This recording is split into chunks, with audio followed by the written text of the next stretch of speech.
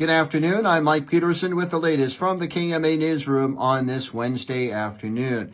If you like the major winter storm we had Monday and Tuesday, you'll love the sequel coming Thursday and Friday. National Weather Service officials are anticipating another major winter blast impacting the region Thursday and Friday. Between 6 to 8 inches is expected in southwest Iowa alone, followed by bone-chilling wind chills through the weekend. Paul Fadgeman is meteorologist with the Weather Service's Valley, Nebraska office. After a slight chance of snow forecast today, Fadgeman tells KMA News the latest system is expected to enter the region Thursday. Well, Shenandoah crews were out late again last night, clearing snow from this week's winter storm. Speaking on KMA's Morning Line program this morning, Shenandoah Mayor Roger McQueen says a combined effort of the city's streets, water, wastewater, and park and recreation departments attacked the snow removal effort.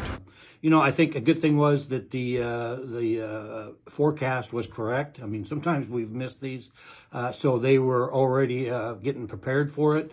You know, they were gearing up. They knew it if this came in like they said it was going to.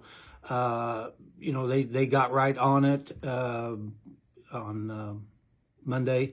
You know, pretty much worked all through the night on Monday night. They did take a couple of breaks here and there, you know, and then they were out yesterday. It was just amazing the difference, you know, in 8 to 10 hours, how much the streets had improved from them being on it.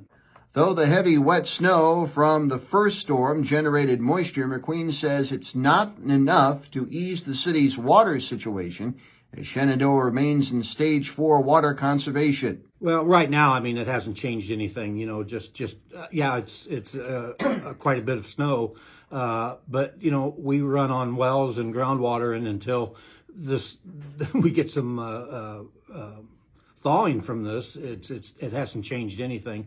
You know, I guess I look at it this way, yeah, we got this. Of course, it takes a foot of snow to equal what, half an inch of rain or whatever it is.